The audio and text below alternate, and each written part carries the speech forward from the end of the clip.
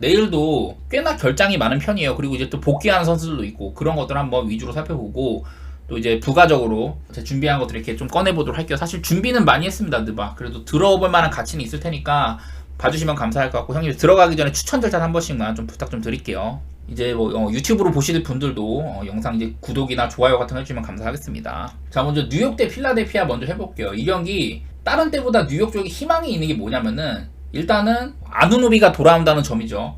아누노비가 내일 출전 시간 이런 시간 제한을 받을지 그런 것까지는 제가 아직 확보를 못했는데, 뭐 내일 경기 8시 반 시작이니까 아침에 조금 더 들여다보도록 하고, 제가 몇 차례 이 아누노비 효과에 대해서 많이 말씀을 드렸던 것 같아요. 그거 한 번만 일단은 보여드리고 시작할게요. 뉴욕이 아누노비를 이제 많은 자산을 투입해가지고 트레이드로 영입을 했는데, 뉴욕 닉스의 아누노비가 이적한 이후로는 500분밖에 못 뛰었어요. 부상으로 빠진 기간도 길었었고 시즌 중반에 이적해오다 보니 뉴욕에서 뛴 기간은 사실 500분밖에 안 됐는데, 보면은 net 레이팅 차이가 어마어마합니다. 아누노비가 안 뛰던 시절의 뉴욕은 마이너스 0.5점인데 아누노비가 뛸 때는 플러스 25점 수준이었다. 공수 양면에서 엄청난 효과를 봤다는 거거든요. 보면은 공격면에서도 한 9점가량 아누노비 효과를 받고, 수비적으로는 16점가량이 좋아졌다. 이런 것들을 얘기해야만 한 것 같아요. 보통 이제 아누노비랑 랜들이 동시에 빠졌는데, 랜들은 그 어깨 부상 때문에 언제 돌아올지 몰라요, 아직은. 근데 아누노비는 다소 랜들에 비해서는 경미한 부상이어서 금방 돌아오긴 했는데요. 어쨌든 아누노비 효과를 들여다보면은 득점면에서 9점, 실점면에서 16점가량 팀적으로 이득이 있었고, 총 25점가량을 뉴욕한테 벌어다 줬다. 이게 아누노비 효과거든요. 보면은 뭐 세부적으로 들어가봐도 아누노비가 뛸 때가 팀의 그 야투율도 6%가 넘게 증가를 했고, 3점슛 성공률도 2.3%가량 증가. 상대팀의 야투율, 2점슛 야투율은 거의 뭐 한 6.5%를 떨어뜨렸고, 그 말에 대해서 수비가 굉장히 좋았다는 거죠. 그리고 3점슛도 8%가량 까먹는 효과가 있었다. 이렇게나 아누노비가 있을 때 뉴욕은 진짜 수비 1등 팀이었었어요. 이제 뭐 그때보다는 랜들이 없다 정도가 조금 변수이긴 하겠습니다만, 저는 내일 즉각적으로 뉴욕이 아누노비 효과를 볼 수 있을 거다, 이런 생각들이 있습니다. 이제 2024년 들어서나 아누노비가 없을 때 보면은 뉴욕 닉스가 디펜시브 레이팅이 원래 시즌 초반엔 28등 수준이었다. 근데 아누노비가 영입되고 나서 한창 잘할 때는 디펜시브 레이팅이 2등을 마크하기도 하고, 그 트레이드 이후로만 따졌을 때는 1등도 그냥 무난하게 찍었었고, 근데 아누노비랑 랜들이 빠진 기간 동안은 24등까지 떨어졌었어요. 근데 뭐 그 와중에도 뉴욕이 상대팀을 적은 야투 시도로 묶으면서 실점 자체는 되게 적은 편이었거든요. 보면은 뭐 최근 경기 직전 필라델피아와의 경기에서 양팀 다 80점이 안 넘는 경기를 했기 때문에 뉴욕도 그렇고 필라델피아도 평균적인 이런 그 득점 흐름들이 되게 떨어져 있습니다. 보면은 뉴욕이 지금 후반기 동안 100점도 못 넘고 있고, 수비적으로 상대팀을 101.7점으로 묶었다. 필라델피아는 득점은 102.8점인데 수비적으로 107.6점. 그러니까 양팀 다 보면은 내일 기준점이 210점으로 되어 있는데 210점이 한참 모자라죠. 여기다가 필라델피아는 이제 맥시가 더해지고 뉴욕은 아누노비가 더해지잖아요. 이거 한번 보여드릴게요. 내일 아마 브런슨이 뛸 걸로 예상이 됩니다. 그래서 아래쪽에 있는 것보다는 위쪽을 보시면 되는데, 뉴욕 닉스는 아누노비는 배제를 하고, 그 아누노비나 랜들이 없었던 시절에도 브런슨이 뛰고 안 뛰고가 굉장히 차이가 큽니다. 걔네들이 없을 때 브런슨이 뛴 경기에서는 득점에서 7점, 수비적으로도 거의 한 7점가량 이득을 봤다. 그래서 브런슨이 뛰는 게 뉴욕이 14점가량 플러스가 된다는 거고, 물론 직전 경기는 뉴욕이 브런슨이 있었는데도 73점밖에 못 넣고 그랬던 경기가 있기는 한데, 여기다가 아누노비가 더해진다면은 저는 즉각적으로 뉴욕이 효과를 볼 것 같아요.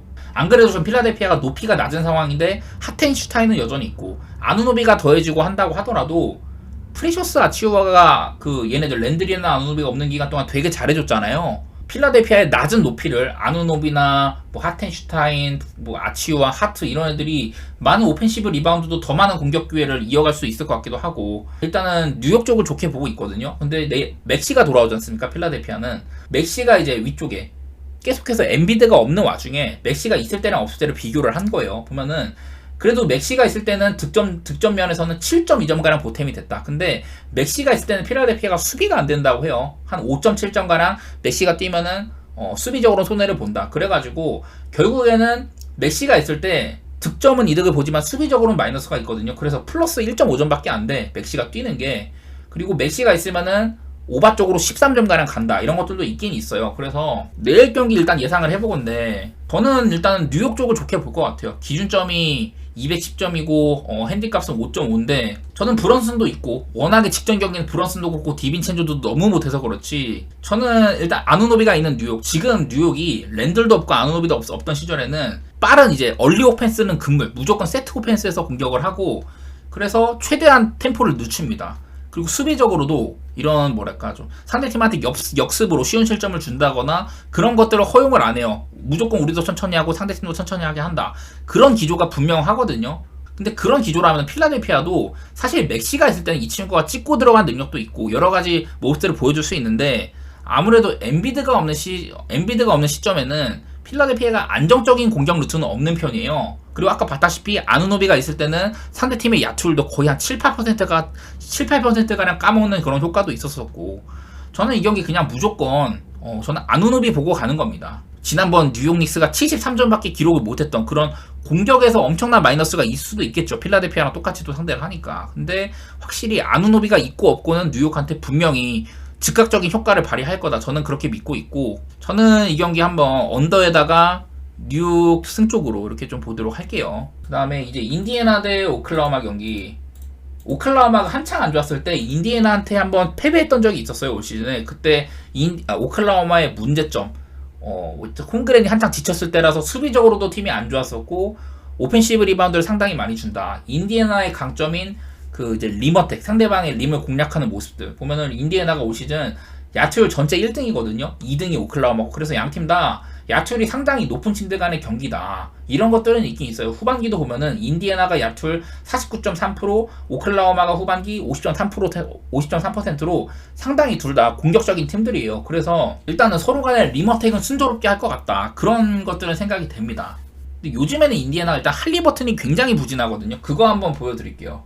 평균 득점이 15점 정도도 안 되고 그리고 야투율 40% 3점슛이 20%입니다. 20%. 시즌 초반에 인디애나가 정말 잘 나갈 때 인시즌 토너먼트 결승까지 진출하고 그랬을 때는 할리버튼이 팀의 핵심이었었죠. 그때는 벌써부터 막 올 시즌 그 퍼스트팀 자리를 할리버튼이 갈 것 같다 이런 얘기들이 되게 많았었는데 할리버튼이 뭐 결장도 많았었고 요즘에 한참 부진하면서 그런 얘기들은 쏙 들어간 상태입니다.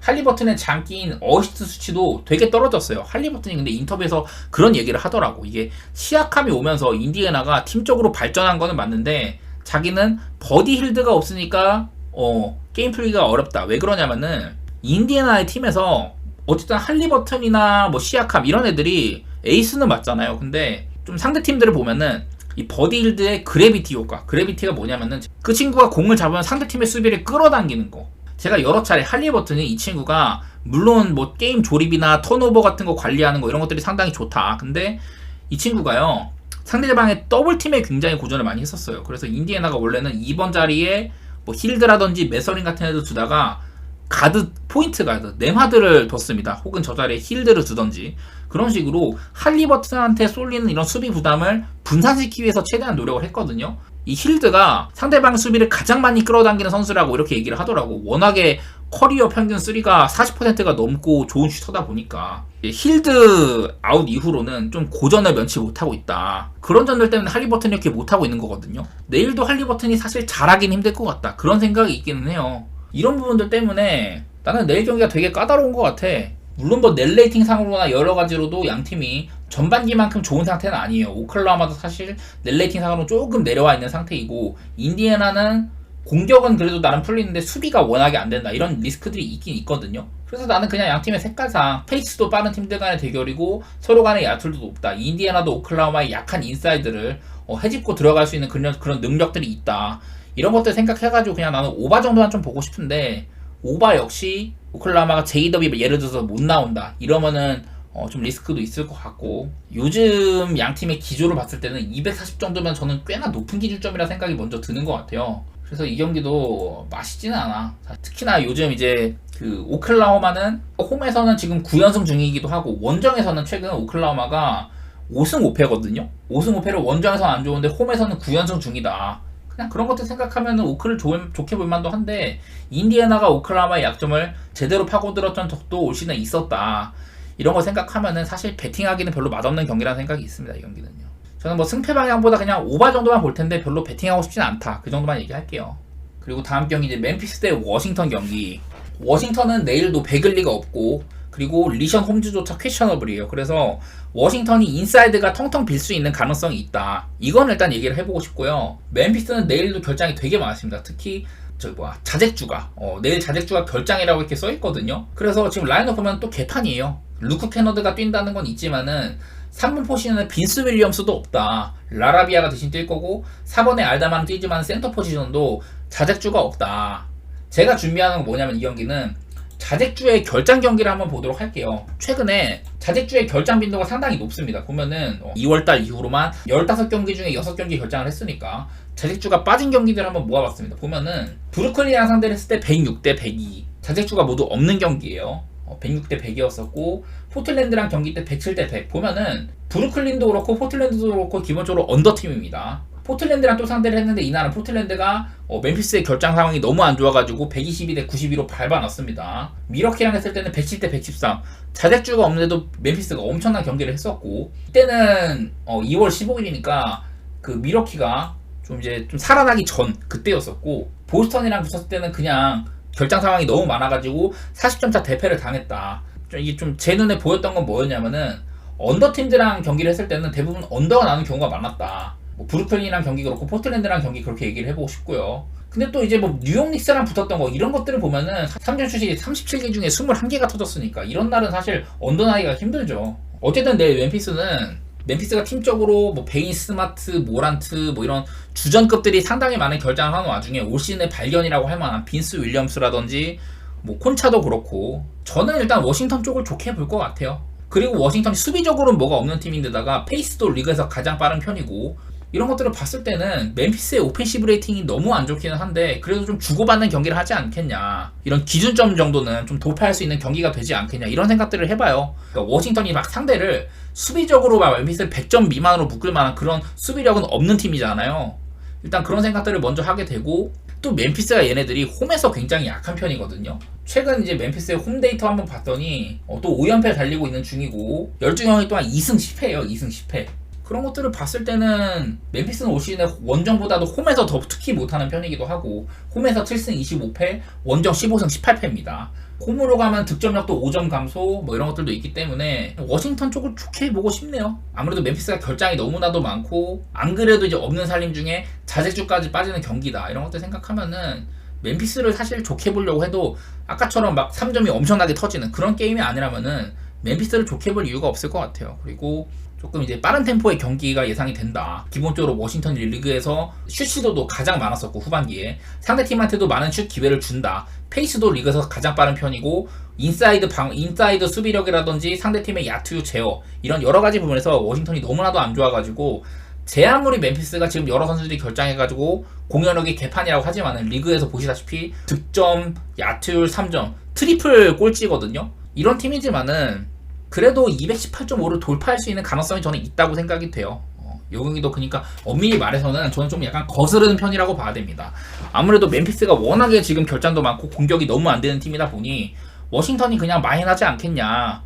좀 멤피스가 득점 너무 못하지 않겠냐 이럴 수는 있는데 저는 한번 오바 쪽으로 살펴보도록 할게요. 그리고 워싱턴의 승 쪽으로 같이 또 보도록 하겠습니다. 다음으로 이제 샌안토니오 대 휴스턴 경기인데 제가 이 경기를 가장 오늘 많이 조사를 한 경기예요. 왜 그러냐면은 그 휴스턴은 센군뿐만 아니라 휘트모어까지 결장입니다. 제가 몇 번 휴스턴에서 이제 벤치 득점 자원으로 휘트모어를 되게 여러 번 강조를 했었어요. 그 휘트모어가 경기 출전 시간 한 20분밖에 안 되는데 효율이 상당히 좋다. 36분 환산으로 하면은 거의 30득점 가까이 되는 그런 좋은 효율을 보여주고 있다고 했는데 하필이면 휴스턴이 내일 센군도 없는데 이런 휘트모어까지 결장이라는 게 있거든요. 그래서 휴스턴의 공격력이 상당히 반감이 될 거다 이런 생각을 하고 있고 제가 아침마다 특정 선수가 결장하면 보여드리는 지표인데 이제 센군이 없는 휴스턴 보면은 센군이 올 시즌 마땅히 대단한 부상이 없었습니다. 정규 시즌 중에는 이제 결장이 한 경기밖에 없었거든요. 그래서 센군은 대부분의 경기를 출전을 했었고 이거를 비교를 해보면은 센군이 뛰는 휴스턴이나 센군이 안 뛰는 휴스턴은 그다지 별 차이는 없어요. 센군이 있을 때나 없을 때나 넬레팅 차이는 거의 없는데 근데 문제는 뭐냐 언더오버 차이가 매우 심합니다. 센군이 필드 위에 있을 때는 휴스턴이 그래도 한 231점 정도는 난다. 근데 센군이 빠지면은 이렇게 220점도 안 나요. 마이너스 한 12점가량 언더 쪽으로 간다는 거거든요. 생군이 없는 휴스턴이. 뭐 이거에다가 플러스로 휘트모어까지, 벤치 득점 자원이 휘트모어까지 빠진다면 휴스턴이 좀 스코어링 부분에서 어려움을 겪지 않겠냐, 이런 생각들을 하게 되고, 내일은 그리고 이제 샌안토니오가 웬베냐마가 뭐 딱히 결장한다는 소식이 없습니다. 샌안토니오가 백투백이긴 한데, 웬베냐마가 뛰는 샌안토니오는 얘가 안 뛸 때보다 언더 쪽으로 거의 뭐 20점 가까이 간다, 이런 얘기를 제가 많이 들었잖아요. 그런 것들 때문에라도 저는 내일 일단 언더 게임을 좀 예상을 해보고 싶어요. 오늘도 샌안토니오가 골스랑 언더 게임을 했는데, 백투백일 때 샌안토니오가 상대팀한테 125.5점가량 실점을 했다. 야투율 내준 것도 이런 거 보면은 상당히 높은, 상대팀한테 좀 높은 효율로 실점을 했다, 이런 것들이 있기는 한데, 저는 그것보다 센군이 없고 휘트모어가 없는 휴스턴의 이런 지표들, 그런 것들에 조금 더 무게추를 둘 것 같고, 저는 이 경기 언더를 한번 예상을 해볼 것 같고요. 그리고 핸디는 사실 샌안토니오를 볼 이유가 아주 많지는 않을 것 같은데, 그래도 팀의 이런 훌륭한 옵션이라고 할 수 있는 센군이 없는 거, 이런 거를 샌안토니오가 조금 파고들만 하지 않나, 그런 생각들을 해보고, 또 후반기에 샌안토니오가 여러가지 지표들이 꽤 괜찮아요. 보면은 3점 슛이 전체 1등입니다. 샌안토니오가 후반기에. 반면에 휴스턴은 3점 슛 부문에서 전체 뒤에서 3등, 이런 식으로 3점 슛 차이도 월등하게 많이 나고 있고, 수비적으로도 그렇게 큰 차이가 나는 것들이 아니다. 저는 웬베냐마가 버티는 이런 샌안토니오의 인사이드를 휴스턴이 마땅히 외곽이 터지지 않는다면은 공략하기 힘들 거라는 생각이 있거든요. 또 보면 샌안토니오가 인사이드에선 다소간의 실점이 높은 편인데 3점 슛은 잘 틀어막고 있다. 이건 휴스턴도 똑같아요. 이런 거라서 내일 센군이 없는 휴스턴을 샌안토니오 조금 잡아먹을 법도 하다, 그런 생각을 한번 일단 해보도록 하겠습니다. 저는 샌안토니오 쪽에다가 언더 이렇게 한번 보도록 할게요. 이것도 한번 보여드려야겠다. 제가 이것도 준비를 했는데, 아까 제가 요거 보여드렸었잖아요. 그 센군이 있고 없고의 차이, 언더 쪽으로 많이 간다는 거 보여드렸는데, 센군의 최근 활약도 한번 볼게요. 센군이 이제 마지막 세크라멘토전 이후로는 부상으로, 올 시즌은 제가 알기로는 시즌 아웃인데, 센군이 이렇게 한번 결장했던 경기 이후로 최근 한 12경기 정도를 쭉 봤습니다. 센군이 그래도 휴스턴에서 20점가량 해주고 있고, 한 번씩 이렇게 45득점 경기, 샌안토니오 상대로 45점을 퍼부은 적이 있었어요. 이렇게 막 샌안토니오 상대로 되게 강했던 모습을 보여준 센군인데, 내일 하필이면 샌안토니오 상대로 45득점, 커리어 하이를 기록을 했던 센군이 없다. 큰 이런 날개를 잃은 게 아닌가, 그런 생각들이 듭니다. 저는 좀 암초에 부딪힐 가능성이 있다고 생각이 드네요. 다음 경기는 이제 유타 대 보스턴 한번 보도록 할게요. 내일도 아마 보스턴이, 글쎄 지금은 아직까지 나온 건 없어요. 오늘은 이제 주루 할러데이랑 포르징기스한테 휴식을 줬죠. 그리고 제가 그렇게 강조했던 제일런 브라운이 포틀랜드를 공략하기에 가장 좋은 옵션이다. 오늘도 제일런 브라운이 29득점으로 보스턴에서 가장 많은 득점을 기록을 했어요. 근데 보스턴의 유일한 리스크가 있다면 저는 요즘에 테이텀이 안 좋다는 거거든요. 테이텀도 한번 조사해온 거 말씀드리도록 할게요. 자, 테이텀이 최근 9경기입니다. 최근 흐름상으로 테이텀이 9경기 동안 야투율 같은 게 45.7%로 안 좋아요. 3점 슛은 뭐 45% 정도로 괜찮은 편인데, 그리고 24.7득점으로 사실 뭐 엄청 빵꾸난 것까지는 아닌데, 일단은 야투 효율이 좋지가 못하다. 이 보스턴에서 가장 많은 득점 시도를 하는 게 테이텀이고, 그리고 효율도 좋았던 게 테이텀이잖아요. 근데 요즘에는 약간 브라운이랑 역전된 모양새야. 제일런 브라운이 요즘에는 오히려 테이텀보다도 좋은 효율로 많은 득점 해주고 있다. 이게 또 보스턴의 장점이라면 장점이죠. 하나가 안 터져도 다른 데서 터지면 된다, 이런 마인드인데, 내일 누구를 휴식을 줄지는 모르겠어요. 보스턴이 지금 동부에서는 워낙에 넘사벽급 1등이기도 하고 여유가 있는 상황이라서, 앞으로는 조금 이렇게 백투백일 때는 좀 선수 관리를 해줄 것 같아요. 그래서 아마도 내일은 뭐 주루 할러데이나 포르징기스가 뛸 수도 있겠지만은, 화이트, 브라운, 테이텀 이 중에 한 명한테는 좀 휴식을 줄 수도 있지 않나, 그런 생각들을 해봅니다. 일단은. 그리고 이제 반대 유타, 계속해서 마카넨이 없는 상황이고, 요긴한 4번 자원이었던 핸드릭스도 지금 없거든요. 그래서 워커 캐슬러를 이제 선발로 썼었습니다. 직전 경기는. 그래서 조지, 섹스턴, 사마니치, 콜린스, 캐슬러, 이런 라인업으로 내세웠는데, 라인업상으로 눈에 띄는 거라면은 캐슬러를 이제 주전 5번으로 쓴다는 건데요. 캐슬러의 장점은 누가 말해도 블락샷입니다. 블락샷. 근데 제가 여러 차례 보스턴은 리그에서 3점 의존도가 가장 높은 팀이라고 했었죠. 그러니까 물론 뭐 인사이드도 하라면 하겠지만은 그런 빈도가 다른 팀들 비해서 높은 편은 아니다. 그래서 사실 다른 경기들보다는 캐슬러의 장점이 조금 이렇게 옅어질 수 있는 그런 경기라는 생각이 일단 있긴 있어요. 저는요. 뭐 상성도 보스턴이 나쁠 것도 없고, 이게 유타의 홈이라는 게 저는 유일한 변수라는 생각이 있거든요. 워낙에 이제 유타 홈에서 어려움을 겪었던 팀들이 많다 보니까 저는 6.5 정도면은 보스턴이 볼만할 것 같아요. 뭐 유타가 워낙에 지금 못하고 있기도 하고, 최근에 최근 유타 12경기 동안 얘네도 2승 10패거든요. 그런 모양새인데다가 홈에서도 썩 잘하고 있는 것도 아니기도 하고 뭐 이런 것들 생각을 해봤을 때는 보스턴 쪽이 여유롭게 승리를 할 가능성이 있다고 보여요. 제가 여러 차례 보스턴이 뭐 벤치가 조금 뭐 비실하지 않냐 그런 얘기를 했는데 오늘도 샘 하우저가 대단한 활약 해줬었고 틸먼도 데려오고 샘 하우저도 있고 뭐 스프링어 같은 애들도 있고 하다 보니까 보스턴을 그냥 좋게 볼만한 것 같다. 그냥 그런 얘기만 해보도록 할게요. 상성도 나름대로 보스턴이 괜찮고 그리고 이것도 하나 볼게요. 마카넨이 없을 때 유타는 마카넨이 없을 때 일단 득점에서 8.3점가량 손해를 보고 실점 면에서는 3.8점가량 그 실점이 줄어든다고 해요. 그래서 종합적으로는 마카넨이 없는 유타는 4.5점밖에 이런 손해를 보지 않는다. 손해가 있기는 하지만 그렇게 큰 차이는 아니라는 건데 마카넨이 없을 때는 이 유타가 언더 쪽으로 상당히 많이 간다. 12.1점가량 언더 쪽으로 간다는 거거든요. 공격도 안 되고 수비는 오히려 좋아지니까. 내일 또 상대가 보스턴이다. 리그에서 잠깐 보면은 보스턴이 공격 지표상으로도 상당히 좋은데 리그에서 3점슛 컨트롤을 가장 잘할 뿐 아니라 실점 면에서도 전체 4위입니다. 4위. 이 정도로 공수 균형이 워낙에 좋은 팀이다 보니 보스턴이 이런 부분도 생각하면 저는 보스턴 쪽에다가 언더 쪽도 볼만하지 않나 그런 생각들 한번 해보도록 할게요. 오늘 이제 포틀랜드랑 붙었던 그런 비슷한 흐름이 좀 나올 수도 있겠다 이런 생각도 해보도록 하겠습니다. 그리고 클리퍼스 대 미네소타 저는 이 경기는 패스할 것 같아요. 패스. 워낙에 내일 중요한 경기입니다. 양팀 다 퀘셔너블이 굉장히 많아요. 클리퍼스 같은 경우는 폴 조지랑 카와이 레너드가 퀘셔너블 그리고 서부르기 없는 상태이고 미네소타는 앤트맨이랑 고베어가 퀘셔너블이죠. 직전 경기는 고베어가 안 나오기도 했었고 지금 뭐 이제 타운스는 거의 뭐 시즌 아웃이에요. 그래서 양팀 다 결장 변수가 상당히 큰 경기이기도 하고 카와이나 조지가 정상적으로 뛴다고 하더라도 클리퍼스가 요즘 마탱이가 많이 갔잖아요. 한창 좋을 때에 비해서는 그런 부분들이 일단은 이 경기를 좀 어둡게 하는 것 같습니다. 양팀 다 이제 후반기에 10경기를 치렀는데 미네소타도 보면은 여전히 공격 쪽에선 좋지 않고 수비적으로도 한창 좋았을 때보다는 많이 내려왔다. 반대로 이제 생각보다 공격이 많이 안 되죠. 그리고 수비적으로도 하위권에 속한다. 이런 것들 때문에 클리퍼스나 미네소타는 후반기에 부진한 팀들이라고 할 수가 있어요. 양팀 다 최근 10경기 보면은 클리퍼스는 5승 5패, 미네소타도 5승 5패거든요. 이렇게 후반기에 좀 실망스러운 행보를 보이는 팀들인데 얘네들이 하필이면은 지금 서부에서 3등과 4등입니다. 3등과 4등. 서부 컨퍼런스 순위인데요. 일단은 지금 1등으로 오클라호마 45승 45승으로 덴버랑 오클이 1, 2등이고 3등이 미네소타 4등이 클리퍼스예요.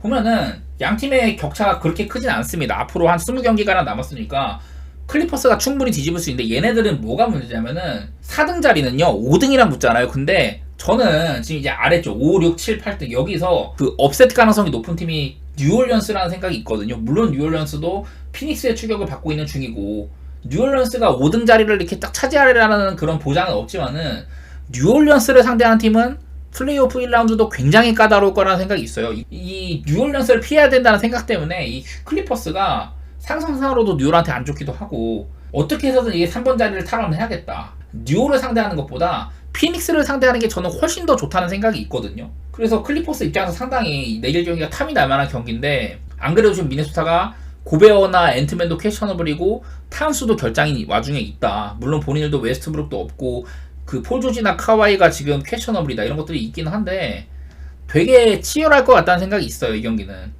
뭐 클리퍼스가 홈이라서 6.5 마인 받고 이런 것들이 있긴 한데 이제 뭐 길게 얘기했지만 이 경기는 저는 배팅하기에 좋은 경기는 아니다. 뭐 양팀이 맞대결이나 여러 가지 지표에서 되게 막 좀 용어 상박이거든요. 그래서 나는 이 경기는 그냥 배팅하는 게 안 좋다 생각을 해. 다음 이제 세크라멘토 대 미러키. 제가 방제에 걸어놓은 맞대결 15연승 팀이 바로 세크라멘토 대 미러키입니다. 미러키가 세크라멘토 상대로 맞대결 15연승을 달리고 있어요. 근데 여기에는 사실 좀 세크라멘토가 탱킹을 하던 시절이 많이 포함되어 있기는 해요. 얘네들이 많이 붙는 팀은 아니니까. 서로 동부랑 서부라는 관계도 있고 일단 맞대결 지표 한번 보여드리도록 할게요. 이제 왼쪽이 미러키고 오른쪽이 세크라멘토인데 뭐 중간에 이렇게 원정도 표시를 해놨습니다만은 여기 있는 W 이게 이제 왼쪽 팀이 이겼다는 거거든요. 미러키가 승리 막 쭉 보면은 마지막으로 미러키가 세크라멘토한테 패배를 했던 게 2016년이다. 이때면은 2016년이면은 커든스가 있을 땐가? 잘 모르겠네. 어쨌든 미러키가 쿤보를 드래프트하고 제대로 쿤보가 이제 필드 위로 올라온 이후로부터는 세크라멘토한테 한 번도 진 적이 없었다. 그게 제일 눈에 띄어요. 그리고 세크라멘토가 얘네들이 탱킹을 한 지 되게 오래됐잖아요. 아마도 한 2022년? 요때부터는 슬슬 해볼만 했을 건데 그때는 세크라멘토가 점수도 많이 기록을 했었고 오버게임도 많이 나고 좀 점수차가 그렇게 크진 않더라. 이런 것들이 보이기는 보여요. 그전 연도도 그렇고. 근데 이게 문제는 그래서 내일도 미러키가 뭐 핸디값이 크지도 않고 이렇게 오랫동안 이어지고 있는 연승 행진 이런 것들 생각하면 사실 미러키의 일반승은 일단 저는 장줄 타는 게 맞다고 생각이 들긴 들거든요. 미러키가 세크라멘토라는 특전의 상대로 15연승, 원정도 7연승 중이다.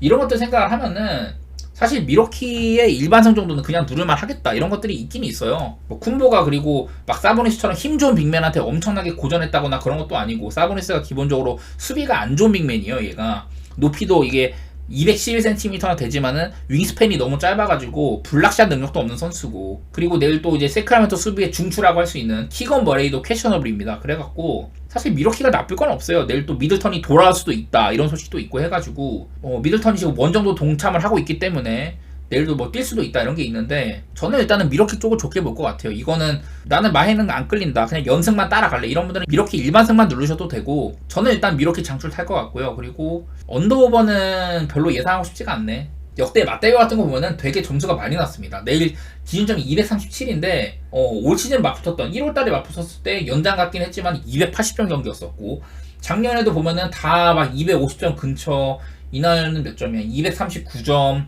2022년에는 두 번 다 260점 경기를 했었고 막 이런 식으로 점수가 되게 많이 나는 편이긴 한데 문제는 세카라멘토가 일단은 공격이 작년 같지 않다는 거. 그것도 있고 미러키 역시 당 리버스 감독 선임 이후로는 수비적으로 상당히 좋은 팀이 됐다. 이런 것들이 있기 때문에 언더오버는 저는 별로 메리트가 없다고 생각되는 경기인 것 같아요. 챔스 준비는 그냥 좀 가볍게 그냥 했어요. 먼저 나폴리 대 바르셀로나부터 먼저 할게요. 보시다시피 나폴리는 별다른 결장은 없다고 하는 것 같고 직전 경기에 이제 프랭키 드용이 중간에 나갔습니다. 그리고 페드리도 없고 여기는 또 이제 가비까지 없는 상황이에요. 그래서 지금 바르셀로나 중원이 상당히 빈약하다 이런 얘기들은 드릴만 할 것 같아요. 요즘에 바르셀로나는 제가 몇 번 레반도프스키가 살아났다. 레반도프스키가 라리가 2월 이달의 선수상도 수상을 하고 나쁘진 않았었거든요. 양팀 다 최근 분위기들이 굉장히 나쁘진 않아요. 자, 보면은 바르셀로나 먼저 한창 안 좋았던 기간을 뒤로 하고 이제 2월 달부터는 계속해서 레반도프스키가 제 몫을 해주고 있습니다. 요즘 바르셀로나는 그래도 한창 안 좋았던 시기에 비해서는 무패인지도 나름대로 달리고 있는 중이고 괜찮기는 합니다. 그리고 홈 전적도 한번 보면은 과거에는 이렇게 좋았습니다만은 최근 몇 년 동안은 누캄프에서 그렇게 아주 훌륭하지는 않거든요. 올 시즌에는 조별리그에서 챔피언스리그 3전 전승을 했다. 이런 건 있긴 하지만은 사실 나폴리 입장에서는 바르셀로나 지금 꽤나 상대할 만하다 이런 생각은 하고 있을 것 같아요. 워낙에 중원이 지금 빈 상태이기도 하고 수비진도 공략할 만도 하고 그런 것들이 있는데 어디까지나 양팀 다 지금 나폴리의 1차전 홈에서 1대1로 비겼기 때문에 어느 팀이든 서로 해볼만하다는 생각은 있을 거예요. 기본적으로 바르셀로나는 홈인데다가 사실 뭐 체급상으로 보면은 지금 라리가 우승 경쟁하고 있는 중이고 올 시즌 나폴리가 좀 기대에 못 미치는 상황이잖아요. 작년에 비해서는. 그런 것들을 봤을 때 양팀 다 꽤나 할만하다는 생각은 할 겁니다. 나폴리도 칼조나 감독 선임 이후에는 그래도 밀란한테 한번 지기는 했지만 원정에서 그래도 6경기 연속 무패행진에 달리고 있다. 즉각적으로 나폴리가 이제 바르셀로나랑 비기면서 효력을 좀 발휘하기도 했었고 뭐 풀멤버인데다가 결장도 조금 있는 바르셀로나 나폴리도 야 이거 우리가 좀 해볼만 하지 않겠냐 이런 생각들은 할 거예요. 최근에 리그 라이벌 유벤투스 상대로 승리하기도 하고 크바라치엘리아도 점점 올라오고 있는 상황이고 오시멘도 그 이제 대륙컵 이후에는 복귀도 했고 매 경기 거의 뭐 실점을 하고 있습니다. 감독 교체 이후에 2대1, 1대0 패배 1실점, 1실점, 1실점, 1실점, 1실점, 1실점 이런 식으로 매 경기 실점하고 있다는 게 좀 아쉬운 부분 같은데 무기력하게 막 자빠지는 거는 사실 상상이 잘 안 되긴 하거든요. 개인적으로 뭐 오바도 나쁘지 않다고 생각은 드는데 이 경기도 바르셀로나 일반 승배당 1.72니까 저처럼 뭐 이런 이탈리아 팀 응원하겠다 이런 마인드로 임하지 않고 바르셀로나랑 뭐 나폴리 사이에 팀 차이도 있고 나폴리가 예전 같지 않지 않냐 그런 것들 바탕으로 바르셀로나 볼 법도 해요. 저는 뭐 이 경기는 그냥 솔직히 말해서 그냥 팬심으로 얘기하는 건데 바르셀로나가 나폴리를 아주 쉽게 제압하기는 좀 어려울 것 같다. 뭐 무승부나 햄무 이런 거 고배당 도전할 법도 하기는 해요. 저는 뭐 이 경기를 베팅을 한다면은 그런 고배당 노리는 정도로만 그칠 것 같고 자 이제 다음 이제 포르투 대 아스날인데 아스날이 한창 좋은 행보였었는데 보면은 뭐 상대 팀들 다 마헨으로 부시고 리그에서도 굉장히 잘하고 있었어요. 리그에서 5연승 달리고 이런 와중에 포르투를 만나서 90분에 갈레노한테 중거리포 얻어 맞으면서 이 경기를 패배를 했습니다. 1차전은. 그래서 지금 2차전은 아스날이 끌려가는 입장이에요. 뭐 최근에 아스날이 리그에서 좋은 모습도 보여주고 뉴캐슬 부시고 셰필드 6대0으로 부수고 이러면서 리그에서만큼은 좋은 행보이거든요. 지금 아스날이 프리미어 리그에서 이렇게 지금 8연승 행보 보이면서 EPL 전체 1위지 않습니까? 아스날이 뭐 나쁘진 않지만은 그런 와중에도 포르투가 1차전을 홈에서 잡아냈다. 이런 것들 때문에 포르투를 아주 안 좋게 볼 건 없을 것 같아요. 아스날에 그리고 이제 챔피언스리그 보면은 아스날이 꽤나 오랫동안 챔피언스리그 못 나왔었잖아요. 그리고 올 시즌에 챔피언스리그 복귀를 했는데 지금 홈에서는 전부 다 마행승을 거두고 있다. 이런 것들 보면 물론 뭐 상대들이 아인트호벤, 세비야, 랑스였으니까 되게 좀 다른 팀들에 비해서는 쉬운 일정이긴 했었어요. 근데 아스날의 챔피언스리그 토너먼트 정말 오랜만이기도 하고 저는 쉽지는 않을 거라는 생각이 일단 있기는 합니다. 개인적으로는 막 아주 아스날을 좋게 볼 이유는 그렇게 많지는 않은 것 같아요. 제가 아까 포르투도 잠깐 보여드렸는데 그렇다고 포르투도 아주 좋은 상황은 아닙니다. 얘네들이 이제 홈에서는 나름대로 강점이 있어요. 슈퍼맨 홈에서는 나쁘지 않지만은 원정은 이렇게 막 칭찬할 정도는 아니거든요. 이런 점들 때문에 사실 뭐 이 경기도 포르투 대 아스날도 굉장히 어렵습니다. 다른 것보다 아스날의 홈 일반승 같은 게 1.17밖에 안 되고 마헨승은 1.66이다. 그러면은 나는 1.6짜리 아스날 마헨 이거는 솔직히 말해서 갈 거는 아니라고 보고 못 먹어도 포르투 프렌이나 뭐 그런 고배당 노리는 게 맞지 않나 싶거든요. 근데 뭐 포르투의 원정 성적 하면 보면 얘네가 특히 챔스에서는 원정에서 이렇게 약팀들만 잡았었고 좀 리버풀, 꼬마, 인테르, 바르셀로나 뭐 유벤투스한테도 연장 패배도 하고 맨시티, 리버풀 뭐 이런 좀 유수의 강팀들한테는 많이 승리를 못 거뒀습니다. 제가 이렇게 기대하는 포르투가 강팀 상대로 꽤나 비빌 거다.